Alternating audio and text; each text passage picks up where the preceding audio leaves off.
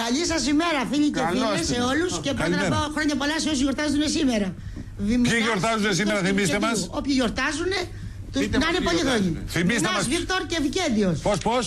Για όποιους γιορτάζουν. Βικέντιος, Βίκτορας είναι ο Βλακογιάννης.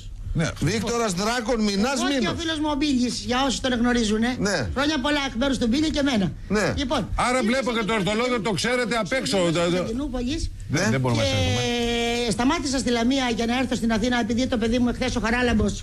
Για όσους δεν το ξέρουν, είναι ο αλεξιπτωτιστής μου εδώ. Παρακαλώ ένα κοντινό. Έλα ένα κοντινό στο αλεξιπτωτιστή. Έλα, γόρι μου. Έτσι. Αλεξιπτωτιστής μου. Ναι, πάμε παρακάτω τώρα. Την ημέρα που πήρε το πτυχίο του, ο Διονύσης μου, είναι αυτή η φωτογραφία. Μπράβο το του. 2002. Ναι. Με ακούτε? Ακούμε. Με βλέπετε? Λοιπόν, Ναι. για το Χαράλαμπο ήταν αυτή η προσευχή. Αφιερωμένη.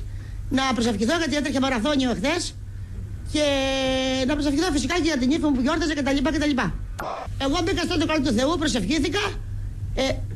Εντάξει. Ναι, προχώρα. Προσευχήθηκα, μπήκα μέσα στην εκκλησία μου, στα κεριά μου κτλ. Ανέβηκα επάνω στο όροφος δεν ξέρω, που έψαλνα και ο Νίκος Βάρτσαμος, το οποίο είναι από το Λιξούρι αυτό το ταλέντο. Είναι ταλέντο, δεν είναι παιδί απλώς. Και λοιπόν, και έφυγα μετά λίγο γιατί νιώθησα λίγο μια αδυναμία, μήπως δεν είχα φάγει κάτι το πρωί και βγήκα λίγο έξω. Ναι. Το είπα και στον ψάλτη που ήταν δίπλα από τον Νίκο. Λέω τον Νίκο θα τον εδώ έξω, πες το σας παρακαλώ. Αν του το είπα, τον καθησυχάσατε, δεν έχει αγωνία, ναι. Λοιπόν, με δύο κρατούσα μία τσάντα. Αυτή την τσάντα, φέρ την τσάντα εδώ. Και μία τσάντα και ένα νησεσέρ μπλε. Αυτά τα κουδουνάκια παρακαλώ είναι από την Κωνσταντινούπολη.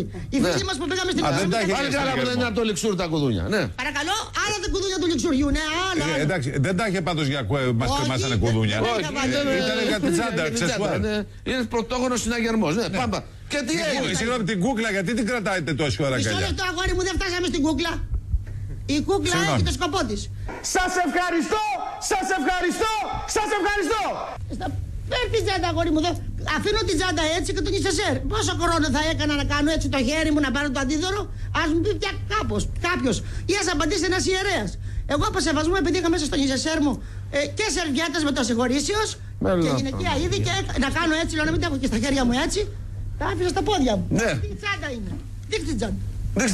Δείξτε την τσάντα, αυτή την τσαντούλα κρατούσα. Τα παιδιά που είμαστε στην εκδρομή μαζί μας ξέρουνε. Είναι από την Τουρκία αυτή η τσαντούλα. Πάλι καλά δεν είναι από το Λιξούρι. Ναι. Και τον Ισεσέρ μου. Να σου πω κάτι, δεν είδες κανένα από πίσω, καμιά γυναίκα, κανένα? Βεβαίως είχα δει. Τι ήταν αυτό? Υποπτή. Ήτανε από εκείνους που βλέπεις και εσύ όταν περάσεις από πλατεία Δεκατσανίου 12 και 10 και 12 παρατέταρτο το μεσημέρι. Ξέρεις τι κάνανε, ορίστε. Έχω κι εγώ ένα τσερότο εδώ γιατί έκανα εξέταση αίματος το Σάββατο στον Ευαγγελισμό. Πρεζόνια.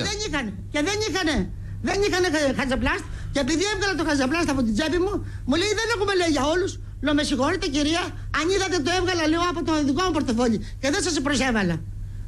Τώρα φτάσαμε λοιπόν στο... Είχε μέσα στην τσάντα. Περιέχει η τσάντα. Ταυτότητα. Διαβατήριο.